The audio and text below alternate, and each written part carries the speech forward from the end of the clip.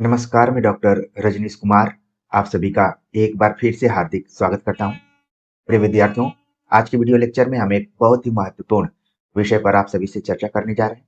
वो एक ऐसा विषय है जो कि आप सभी के मन में प्रश्न के तौर पर कहीं न कहीं बैठा होगा।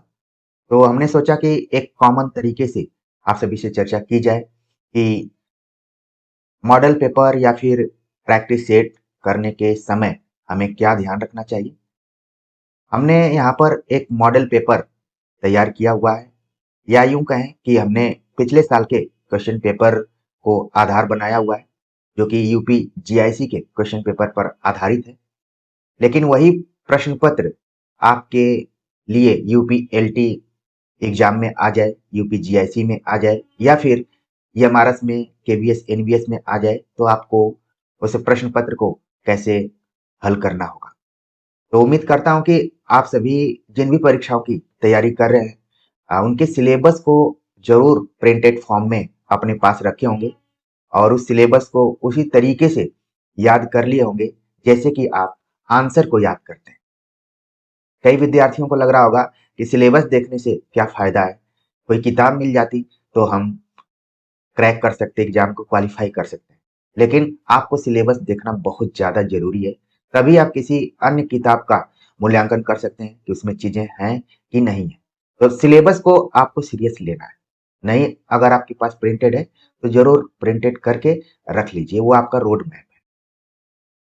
फिर जिस मॉडल पेपर की बात कर रहा हूँ, पीवाईक्यू की बात कर रहा हूँ, उसके आधार पर उसके पैटर्न को समझते हुए हम कैसे खुद से प्रश्न को तैयार करें और उसका आंसर दें।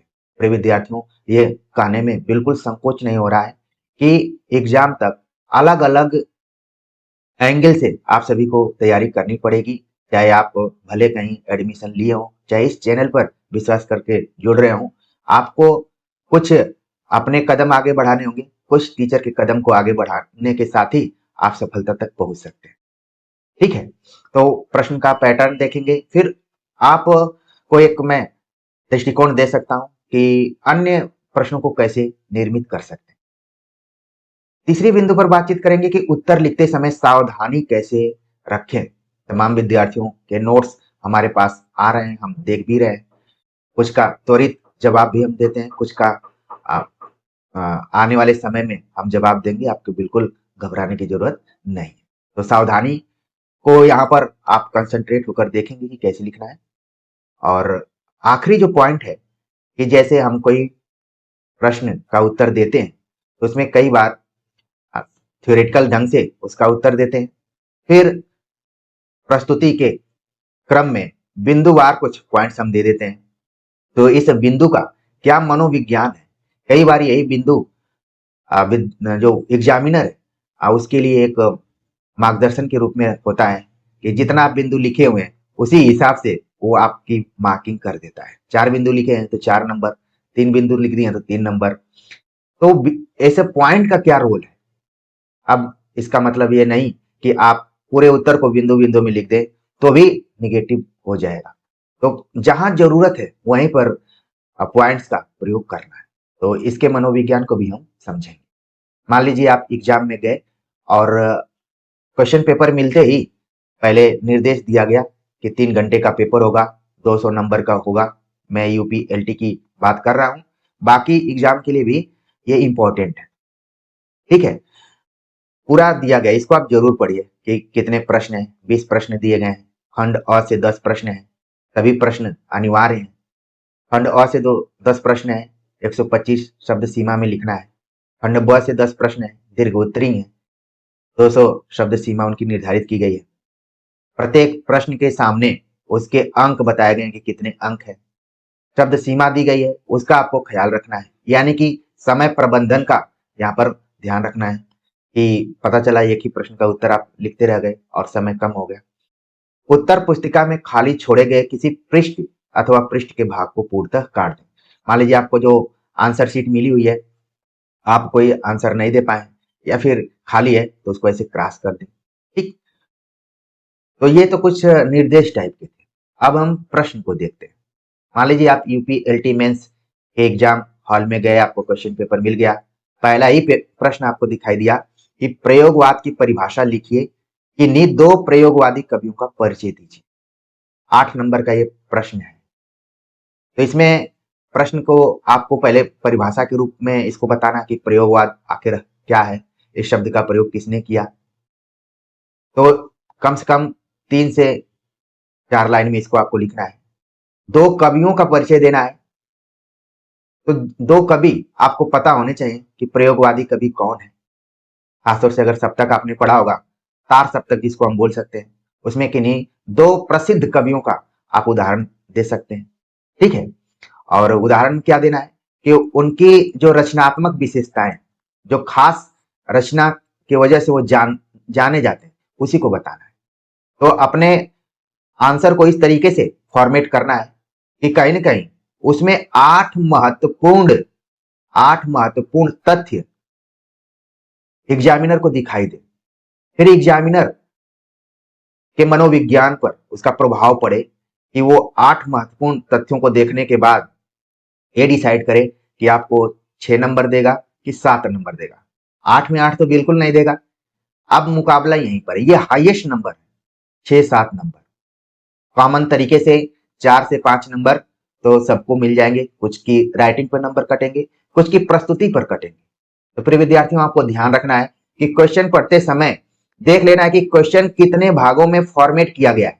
ये क्वेश्चन आप देख रहे हैं कि 2 भागों में फॉर्मेट है। पहला है कि प्रयोगवाद की परिभाषा आपको देना है। ठीक है, परिभाषा आप दे रहे हैं तो उसमें इसकी 2 से 3-4 प्रवृत्ति भी आप केवल शब्द के रूप में लिख दें इसको। ठीक है। और फिर 2 प्रयोगवादी कवियों का परिचय देना है। परिचय में यहां ये बताना ज्यादा महत्वपूर्ण नहीं है कि उनका जन्म कब हुआ, निधन कब हुआ, ये इंपॉर्टेंट नहीं है। परिचय, उनका रचनात्मक परिचय क्या है। अगर मान लीजिए आपने जन्म मरण के बारे में ही बताना शुरू कर दिया तो फिर हो सकता है जो मेन तथ्य, जो एक प्रश्न पूछने का उद्देश्य रहा है, वो कंप्लीट नहीं होगा। तो उम्मीद है कि आप समझ गए होंगे कि प्रश्नों को कैसे देखना है। अब मान लीजिए प्रश्न के तौर पर यहाँ प्रयोगवाद दिया है, यहाँ पर छायावाद भी हो सकता है, यहाँ पर प्रगतिवाद भी हो सकता है, यहाँ पर नई कविता भी हो सकती है। ठीक है, तो इसको ध्यान में आपको रखना है। अगला प्रश्न है, दलित विमर्श को परिभाषित कीजिए। आपके सिलेबस में दलित विमर्श लगा हुआ है, स्त्री विमर्श लगा हुआ है। तो इस बार दलित विमर्श पूछा गया, हो सकता है कि अगली बार स्त्री विमर्श पूछा जाए। तो इसमें भी दलित विमर्श को परिभाषित करते हुए जो दलित चेतना की बात है, दलित सरोकार की बात है, जो विचारधारा रही है, किसके आधार पर दलित विमर्श लिखा जा रहा है और कौन। फिर आपको एक लाइन जरूर बताना होगा कि दलित और गैर दलित में क्या अंतर रहा। जैसे प्रेमचंद और ओम प्रकाश वाल्मीकि अगर लिख रहे हैं ठाकुर का कुआं, तो दोनों में क्या अंतर है।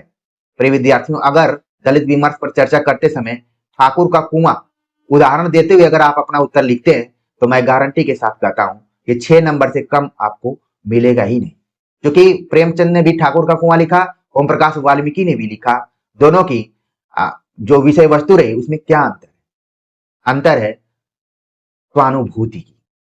जहां प्रेमचंद सहानुभूति के तौर पर जाने जाएंगे और ओम प्रकाश वाल्मीकि ठाकुर का कुआं वो स्वानुभूति। तो दलित विमर्श में एक शब्द आपने देखा होगा, सहानुभूति स्वानुभूति। इस तरीके से आपको उत्तर लिखना है। ये नहीं लिखना है कि दलित विमर्श बहुत महान विमर्श है, ये है वो है फला डेका, ये सब नहीं लिखना है। आराम से चीजों को फॉर्मेट कर लेना है। आप अपने दिमाग को कैंची की तरह चलाइए कि प्रश्न के फॉर्मेट को समझकर लिखिए। इसके लिए क्या जरूरी है, अभ्यास जरूरी है। अभ्यास और इस चैनल से जुड़ना बहुत ज्यादा जरूरी है।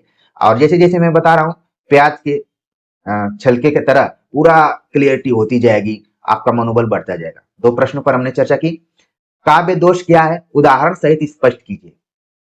काव्य दोष की जगह पर काव्य गुण भी आ सकता है। तो पहले काव्य दोष आपको पता होना चाहिए कि काव्य दोष किसे कहते हैं। इसको लेकर हमने चर्चा भी की है लिखित परीक्षा की तैयारी कराते समय। अब परिभाषा, इसमें भी 2 तरीके का पैटर्न है। एक तो परिभाषा टाइप का पूछा गया और दूसरा उदाहरण। अभी 8 नंबर का है। अब ये व्याकरण या फिर साहित्य सैद्धांतिक प्रश्न है। तो इसमें बहुत जरूरी नहीं है कि आप ज्यादा लिखें, कम लिखकर सामान्य रूप से इसकी परिभाषा देंगे और कम से कम 4 उदाहरण देंगे। 4 उदाहरण, तो फिर आपको अच्छा नंबर मिलेगा।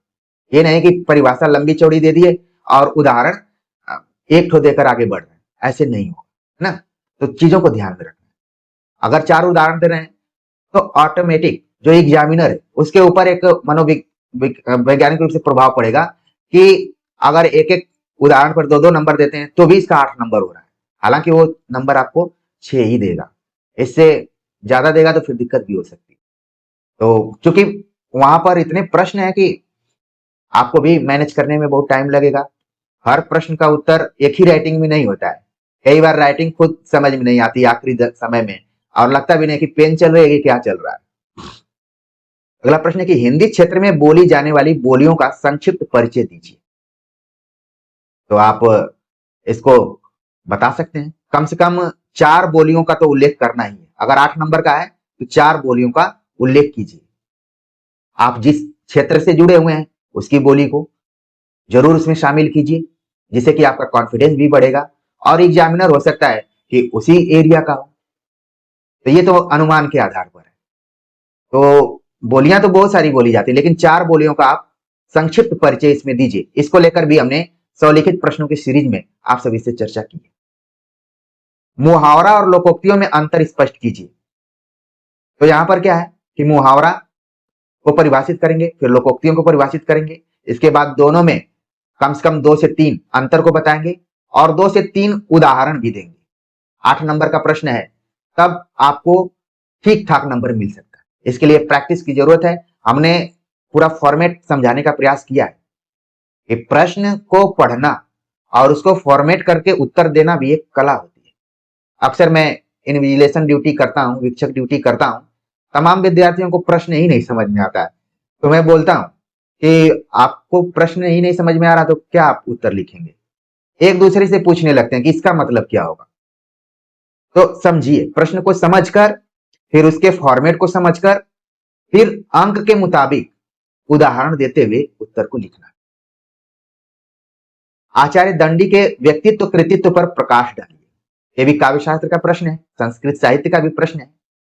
तो इसमें भी अपेक्षाकृत कम लिखना है। ऐसा नहीं है कि दंडी के बारे में जो अनावश्यक चीजें उसके बारे में, इनका समय बता सकते हैं, किस एरिया के थे, किस क्षेत्र के थे उसके बारे में बता सकते हैं। और ज्यादातर फोकस किस पे होना चाहिए? कृतित्व पर। एक ध्यान आपको रखना है कि हिंदी साहित्य में जितने भी लेखक हैं, कवि हैं, जन्म मरण से ज्यादा इंपॉर्टेंट है कि उनको हम क्यों पढ़ते हैं, उनकी प्रासंगिकता क्यों है, इस पर आपका फोकस होना चाहिए। तब आपका उत्तर समकालीन या फिर प्रासंगिक दिखाई पड़ेगा। उपसर्ग और प्रत्यय में अंतर को रेखांकित कीजिए। तो इसमें भी आप चाहें तो 2 वाक्य में इसको खत्म कर सकते हैं कि जो शब्द के पहले लगता है उपसर्ग और जो बाद में लगता है वो प्रत्यय। लेकिन आपको बताना है, पहले इसकी परिभाषा टाइप का देना है, फिर इसमें अंतर 1 से 2 अंतर जो भी है। अगर अंतर ज्यादा नहीं है तो उदाहरणों की संख्या बढ़ाइए। कम से कम 4 उदाहरण इसमें आपको देने पड़ेंगे। 4 उदाहरण देंगे तो फिर आप मैक्सिमम नंबर के हकदार होंगे। पता चला एक उदाहरण देकर तुरंत चले जा रहे हैं तो थोड़ी सी वहां पर आपकी मार्किंग प्रभावित होगी, क्योंकि यहाँ पर सैकड़ों कापियां एग्जामिनर के पास होंगी और उसको भी अच्छी कॉपी, अच्छी प्रस्तुति का इंतजार होता है। तो ऐसे ही आपको अपना आंसर लिखना है। व्यंजन संधि की विशेषताओं को लिखिए। अब व्यंजन संधि तो पहले इसके लक्षण के बारे में बताएंगे, इसके अंतर्गत जो भी 2-4 संधियां आती हैं या फिर उनके उदाहरणों, कम से कम 4 उदाहरण बताइए जहां पर परिवर्तन होता है। व्यंजन संधि में भी अलग अलग तरीके से परिवर्तन होते हैं, संधि पढ़ते समय आपने जरूर ध्यान रखा होगा। ठीक, उपन्यास और कहानी में अंतर क्या है? तो वैसे ही आप देख रहे हैं कि ज्यादातर 2-2 विधाओं को ध्यान में रखते हुए यहां पर सवाल पूछे जा रहे हैं, अंतर टाइप के सवाल पूछे जा रहे हैं कि एक ही प्रश्न में 2 से 3 उत्तरों को एग्जामिनर या फिर जो भी पेपर बनाने वाला है या फिर आयोग है वो आपसे जानना चाहता है। तो उपन्यास और कहानी दोनों को अगर मिला दे तो कथा साहित्य इनको कहा जाता है। ये शब्द भी आप अगर लिखेंगे तो ज्यादा बेहतर हो जाएगा। फिर अंतर, कम से कम 4 अंतर दीजिए और 4 उदाहरण भी दीजिए कहानियों का। अगर आपके पास समय है, आपके लिखने की स्पीड अच्छी है, तो कहानियों के साथ साथ मतलब कहानी और उपन्यासों के साथ साथ उनके लेखकों का नाम बता सकते हैं। अगर समय नहीं है तो नहीं भी लिखेंगे तो चल जाएगा, लेकिन उदाहरण देना है कि कौन उपन्यास है और कौन कहानी। आलोचना को परिभाषित कीजिए। आलोचना जैसे आमतौर पर होता है कि दो शब्दों से मिलकर बना है, इसका मतलब ये, इसका मतलब ये, इस टाइप से बच्चे लिखते हैं। आपको भी लिखना है परिभाषित करते हुए। फिर इसके जो भी प्रकार रहे शुरुआती दौर में, मुख्य रूप से तो दो ही प्रकार है, सैद्धांतिक और व्यावहारिक।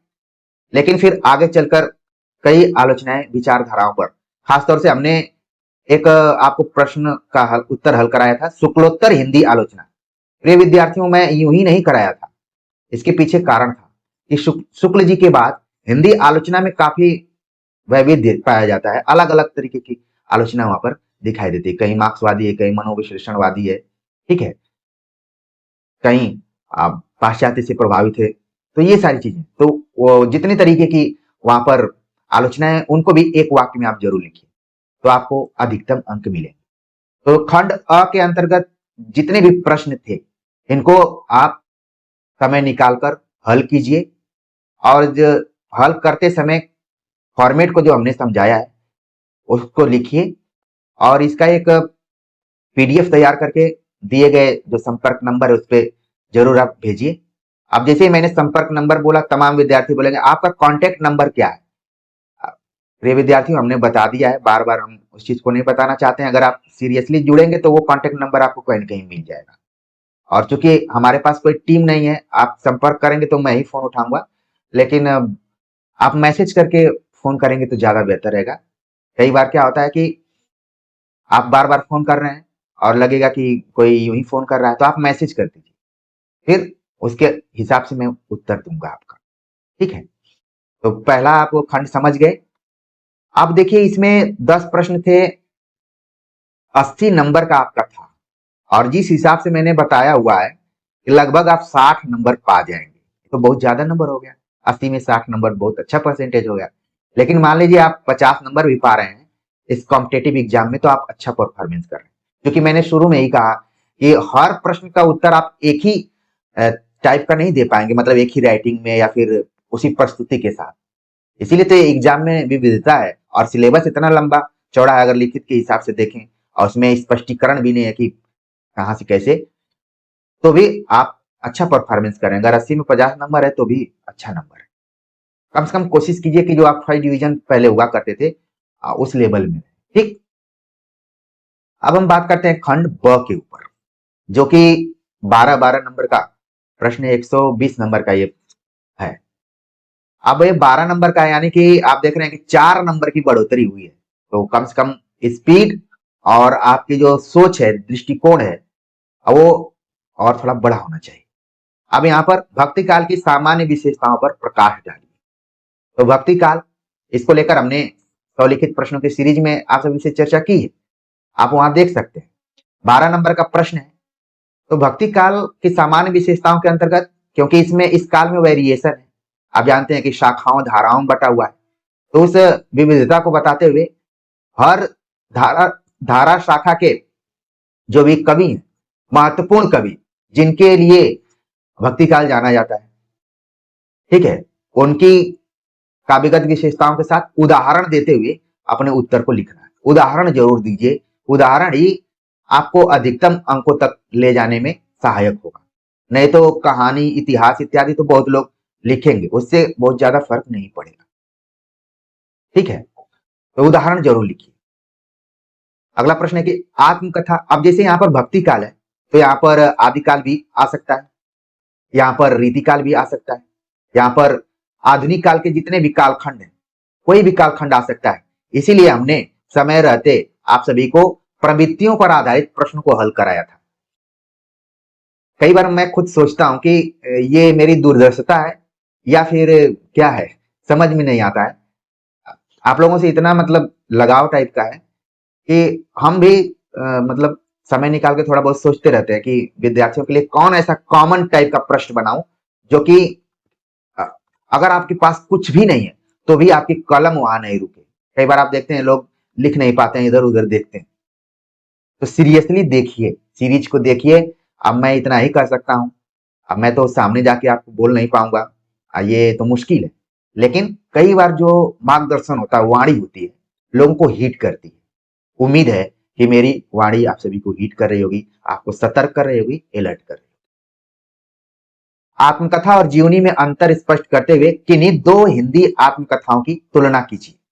तो यहां पर देखिए सवाल क्या हो गया, इसमें भी दो फॉर्मेट बन रहा है। एक तो आत्मकथा और जीवनी में अंतर, तो कम से कम इसमें आप 4 अंतरों को बताइए। नंबर के हिसाब से मैं यहां बता रहा हूं, कम से कम 4 अंतरों को बताइए। अब दो हिंदी आत्मकथाओं, यहां फोकस किया गया हिंदी आत्मकथाओं पर। अब दो हिंदी आत्मकथाओं, जीवनी पर नहीं तुलना करने के लिए बोला है, केवल आत्मकथाओं पर। तो आपको मालूम होना चाहिए कि हिंदी की वो दो आत्मकथाएं कौन कौन है। जैसे मान लीजिए आपने जूठन लिख दिया और दूसरा मुर्दहिया लिख दिया। लिखने के लिए तो आप कुछ इधर उधर का लिख सकते हैं, लेकिन मैंने जूठन और मुर्दहिया का ही नाम क्यों लिया, इसका कारण है मेरे विद्यार्थियों। इसका कारण यही है कि जो जूठन है, अब वो पश्चिमी उत्तर प्रदेश की आत्मकथा है, उधर की जो भी सांस्कृतिक सामाजिक माहौल रहे हैं वहां की है। और जो मुर्दहिया है, ये पूर्वी उत्तर प्रदेश की है। अगर आपने केवल दो आत्मकथाओं में नहीं तुलना की, बल्कि आपने एक ही राज्य के दो छोरों के बारे में बताया, दो किनारों के बारे में बताया कि पूर्वी उत्तर प्रदेश के समाज की अभिव्यक्ति जूठन में, पश्चिमी उत्तर प्रदेश के समाज की स्थिति जूठन में किस तरीके से है और पूर्वी उत्तर प्रदेश में मुर्दहिया में किस तरीके से है। ये एग्जामिनर देखने से ही उसको पता चल जाएगा कि विद्यार्थी ने बहुत ही सचेतता के साथ अपने आंसर को लिखा है। लिखने के लिए तो दुनिया भर की चीजें आप लिख सकते हैं, ठीक है। हमने मनोविज्ञान को समझाने के लिए इन प्रश्नों को आपके सामने रखा हुआ है। उम्मीद है कि ये मेरा प्रयास आपको अच्छा लग रहा होगा, आपको लग रहा होगा कि बिल्कुल आपने जिस तरीके से चीजों को बताया है, चीजें वैसी ही तो होनी चाहिए। अगर हम भी खुद एग्जामिनर होते तो इन्हीं चीजों को ध्यान में रखते। ठीक है बेटा, अब आगे हम बात करते हैं हिंदी पत्रकारिता के उद्भव एवं विकास पर अपने विचार व्यक्त कीजिए।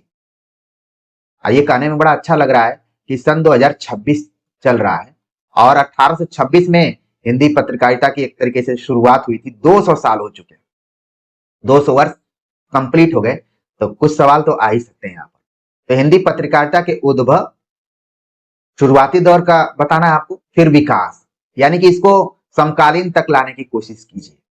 तो इसका एक फॉर्मेट अपना बना लीजिए कि जैसे हम इतिहास ग्रंथ पढ़ते हैं काल विभाजन टाइप का, वैसे इसको कि भारतेंदु युग के पूर्व, क्योंकि पत्रकारिता में भारतेंदु का भी योग रहा है, तो भारतेंदु युग के पूर्व, भारतेंदु युगीन, फिर उसमें सरस्वती पत्रिका।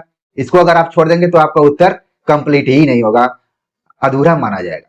फिर आप हंस की बात करेंगे, जो हंस मतलब आजादी की बात की आलोचना को शामिल कर लेंगे।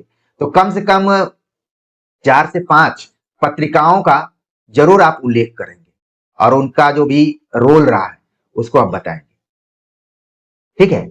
अभी केवल आप हिंदी पत्रकारिता के उद्भव विकास के बारे में ही नहीं जान रहे हैं, हो सकता है कि यहाँ पर केवल भारतेंदु युगीन पत्रकारिता के बारे में बात आ जाए, तो भी आपकी तैयारी रहेगी, तो आप लिख लेंगे वहां, ठीक। मम्मट के जीवन परिचय पर प्रकाश डालते हुए उनके कृतित्व की समीक्षा कीजिए। तो मम्मट के जीवन परिचय कि किस समय के थे, कहाँ के रहने वाले थे। इसके बाद ज्यादा फोकस कीजिए, जैसे मैं कई किताबों में देखता हूं कि इनके पिताजी का नाम ये था, इनके चाचा जी का नाम ये था, वो बहुत ज्यादा इंपॉर्टेंट नहीं। वो इंपॉर्टेंट है ऑब्जेक्टिव परीक्षाओं के लिए कि इसी तरीके से थोड़ा सा अप्रत्याशित क्वेश्चन पूछ लिए जाते हैं, तो विद्यार्थी थोड़ा उनमें डर पैदा होता है कि अरे यार माता पिता भी याद करने, चाचा को भी याद कर लेना। लेकिन जब आप लिखते जा रहे हैं, लिखते समय तो उतना ये नहीं। जीवन परिचय बहुत 2 से 3 वाक्य में दीजिए, बाकी फोकस कीजिए कि इनका जो कृतित्व रहा, इनके कौन से सिद्धांत रहे हैं, कौन पुस्तकें रही हैं, क्या आ रही हैं, तो इनको आप फोकस कीजिए। मम्मट का मान लीजिए आप उल्लेख कर रहे हैं और इनके 6 काव्य प्रयोजन की चर्चा आप नहीं करते हैं, तो इसका मतलब है कि आपका उत्तर क्या है, अधूरा है। मम्मट का 6 काव्य प्रयोजन लिख दीजिए, तो 12 नंबर का है तो 6 नंबर तो काव्य प्रयोजन ही दे देंगे, ठीक है। तो ये चीज आपको ध्यान रखना है। संधि और समास की परिभाषा लिखते हुए दोनों के अंतर को स्पष्ट कीजिए। तो संधि और समास दोनों को परिभाषित करेंगे। दोनों में तो कहीं ना कहीं जुड़ाव हो रहा है, एक जगह वर्णों का जुड़ा हो रहा है, एक जगह पदों का जुड़ा हो रहा है, ये तो खास अंतर है। और कम से कम इसमें देखिए कम लिखना है, अपेक्षाकृत इसमें कम लिखना है। 12 नंबर है तो इसका मतलब नहीं है कि खूब ज्यादा लिख दें। बहुत सारे बच्चे कमेंट करते हैं या पूछते हैं कि कितना पेज लिखें। यहाँ पेज नहीं बल्कि कंटेंट पे आपको फोकस करना है। आप ऐसा कंटेंट दीजिए कि उसकी इतना व्याख्या हो जाए कि कई पेज भर जाए, लेकिन आपका उत्तर सॉलिड रहे। पता चला आपने बड़ा बड़ा पेज, तो बड़ा बड़ा अक्षर लिखकर भी भरा जा सकता है, लेकिन उससे कोई फायदा होगा नहीं होगा। तो घना जितना लिखेंगे, जितना घना लिखेंगे उतना आपका उत्तर ठीक लगेगा, आपकी कॉपी भी सुंदर लगेगी। ये चीज ध्यान रखना है। अब यहाँ पर अंतर स्पष्ट करना है तो कम से कम 6 उदाहरण तो दीजिए, संधि का 6 और इसका 6, ठीक है, ताकि एग्जामिनर के ऊपर एक रहे कि 6 पॉइंट दिया है तो 6 नंबर इसको दिया जा सकता है, क्योंकि वो आपकी कॉपी को देखकर ही नंबर देगा। उसके पास तो इतनी कॉपियां हैं कि वो कंफ्यूज खुद रहता है कि किसको अच्छा नंबर दें, किसको वो। लेकिन कुछ कॉपियां होती हैं जो चैलेंज करती हैं कि मैं उन सब में अच्छी हूं। अच्छी बात यही है कि वहां पर कोई एग्जामिनर किसी को देख नहीं रहा है। नहीं तो एग्जामिनर इतने खतरनाक होते हैं, जो मैंने अनुभव किया है, कि जाति, धर्म, लिंग, कलर कलर को लेकर, रंग भेद, इसके आधार पर भी मूल्यांकन कर। ये तो अच्छी बात है कि आपकी कॉपी है और आप संतुष्ट रहेंगे कि जैसा लिखेंगे उस हिसाब से आप को उसका मूल्यांकन होगा। सामने वाला इंटरव्यू इत्यादि में आपने कई बार महसूस किया होगा, आपकी मतलब पर्सनालिटी को लेकर या फिर आपके कलर को लेकर कई बार ये अनचाहे, अंदर की बात है, अनचाहे में भी वो आपने कई बार देखा होगा कि क्लास के जो तथाकथित हैंडसम या फिर ब्यूटीफुल लोग रहते हैं, उनको कई बार फायदा होता है, आपने देखा होगा। और लोग कहते भी हैं कि फायदा तो होना ही चाहिए। इस मानसिकता को भी थोड़ा सा चेंज करने की जरूरत है, लेकिन यहाँ पर उसकी आवश्यकता ही नहीं है। आपकी कॉपी ही आपके सौंदर्य का प्रतिनिधित्व करेगी और आप सफल होंगे तो खुद आप लोगों को अच्छे लगेंगे। मैंने देखा कि बहुत तेज तर्रार बच्चे जो हुआ करते थे, उनकी टेढ़ी मेढ़ी आंखें, टेढ़े मेढ़े दांत, ये सब भी अच्छे लगते हैं। आप चीजों को समझ पा रहे होंगे, क्योंकि आप ही के बीच से हम भी निकले हुए हैं। और टीचर्स के मूल्यांकन को लेकर कई बार सवाल उठते हैं, खैर उस पर और कभी बातचीत करेंगे हम। आदिकाल के नामकरण की समस्या पर अपने विचार व्यक्त करें। तो आदिकाल के नामकरण को लेकर हमने हिंदी स्वलिखित प्रश्नों की सीरीज पर आपसे विशेष चर्चा की है, आप जरूर देखिएगा। छायावाद की प्रमुख प्रवृत्तियों को रेखांकित कीजिए। तो जितने जितने हैं, कम से कम 8 से 10 प्रवृत्तियों को जरूर अपने ध्यान में रखिए और उदाहरण सहित उसका उत्तर लिखिए। हिंदी गद्य साहित्य के उद्भव और विकास पर प्रकाश डालिए। हिंदी गद्य साहित्य के उद्भव और विकास को लेकर भी हमने चर्चा की है, तो इसके हिसाब से अपना उत्तर लिखिए। विकास को लेकर अब तक जो गद्य में, इसमें थोड़ा सा आप अन्य गद्य विधाओं को भी जोड़ सकते हैं एक वाक्य। भारतीय काव्य शास्त्र के प्रमुख सिद्धांतों की समीक्षा कीजिए। तो रस से लेकर जो औचित्य तक है, पूरा आप इसका मतलब 6 पॉइंट में देखिए, 6 संप्रदाय हैं। अगर बेहतरीन तरीके से आप लिखते हैं तो 6 नंबर तो यहीं पे हो गया, ठीक है। और अच्छा लिखेंगे तो ज्यादा भी हो सकता है। तो समय को ध्यान में रखते हुए इसको आप लिख सकते हैं, इसकी समीक्षा कर सकते हैं और एक निष्कर्ष आप दे सकते हैं कि इसमें देखा जाए तो सबसे बेस्ट संप्रदाय कौन सा है, ठीक है। भाषा विज्ञान की परिभाषा, क्षेत्र तथा उसकी शाखाओं पर प्रकाश डालिए। तो यहाँ पर भाषा विज्ञान की परिभाषा देना है, फिर उसके क्षेत्र के बारे में बात करना है, फिर उसकी जो शाखा है। 3 आप देख रहे हैं फॉर्मेट है यहाँ पर। अब तीनों फॉर्मेट पे कम से कम आप 10 से 12 पॉइंट लिखिए। 12 पॉइंट का मतलब कि तथ्य पैराग्राफ में ही लिखना है, ये नहीं कि एक ऐसे कर दिया ऐसे कर दिया। अब जैसे एक विद्यार्थी ने अपना नोट्स भेजा हुआ था, तो उसमें समकालीन हिंदी कविता की प्रवृत्तियों पर उन्होंने अपने से बनाया था। तो प्रवृत्तियां लिखी थी और लेखकों का उदाहरण उन्हें ऐसे दिया हुआ था जैसे कि कोई व्याकरण का, जैसे किसी विचारधारा, जैसे ऐसे करके लेखकों का नाम देके सट सट, मतलब वो कम, मतलब ऐसा लग रहा था कि बहुत जल्दीबाजी में आंसर लिखा गया। तो चूंकि देखिए आप अभ्यास के दौर में, आप कहीं ना कहीं प्रैक्टिस कर रहे हैं, तो जिन सावधानियों को हमने बताने का प्रयास किया है, इन सबको समय रहते आप अच्छा कर लेंगे, तो उम्मीद है कि एग्जाम हॉल में बेस्ट परफॉर्मेंस करेंगे। और व्यक्ति एग्जाम हॉल में ही अपना बेस्ट परफॉर्मेंस करता है। अभ्यास तो चलते रहते हैं। और एक चीज आप ध्यान में रखिएगा, अगर आप कहीं जुड़े होंगे और अब टेस्ट सीरीज चल रही होगी, आप टॉपर बन रहे होंगे, तो प्लीज मैं यही कहूंगा कि आप उसके खुमारी में न रहेंगे कि मैं अच्छा कर रहा हूँ। कई बार हमने टॉपरों को धाराशायी होते हुए देखा है। इसलिए मैं बार बार आप सभी से आग्रह करता हूँ कि अपने पैर को जमी पर ही टिका के रखना है। नहीं तो हमने कई विद्यार्थियों को ऐसा देखा कि वो यूपीएससी की तैयारी करने गए थे, आईएएस बनने की कोशिश कर रहे थे और टीचर से इतना वो क्लोज हो गए कि उनका कभी ना प्री निकल पाया ना कुछ, वो उसी कोचिंग में काम करने लगे। तो अगर इस पैटर्न को आपको अपनाना है तो इसको अपनाइए, नहीं तो जो आपका फोकस है उस पे करना है। आपको सिलेक्टेड पीडीएफ में आना है, तो इसीलिए अपने को लगातार आप संशोधित करते रहिए और सीखते रहिए, आपके जीवन में अच्छा होगा। तो प्रिय विद्यार्थियों, यही सब हमारी वाणी है आप सभी के साथ, जो भी लगाव है। आप लोग बोलते हैं दर्शन और आशीर्वाद, वो तो ईश्वर का काम है, लेकिन हम व्यक्ति के रूप में, मनुष्य के रूप में है। जितना हम सोच समझ पाए आपको बताने का प्रयास किए और बहुत ही दिल से इसको बताने का हमने प्रयास किया। एक एक पॉइंट जो एक परीक्षार्थी, खासतौर से जो मुख्य परीक्षा में जा रहा हो, उसके दृष्टिकोण से हमने बताया। उम्मीद है कि आप सभी को अच्छा लगा होगा। इस चैनल को अन्य लोगों के बारे में भी बताइए। इसके जो प्रचारक हैं आप ही लोग हैं और उम्मीद है कि जब से आप जुड़े होंगे आपको कुछ न कुछ अच्छी चीजें मिली होंगी, आपका कॉन्फिडेंस बढ़ा होगा। तो आज के लेक्चर को लेकर आप सभी के कमेंट का हमें इंतजार रहेगा। मिलते हैं एक नए टॉपिक के साथ, तब तक के लिए नमस्कार।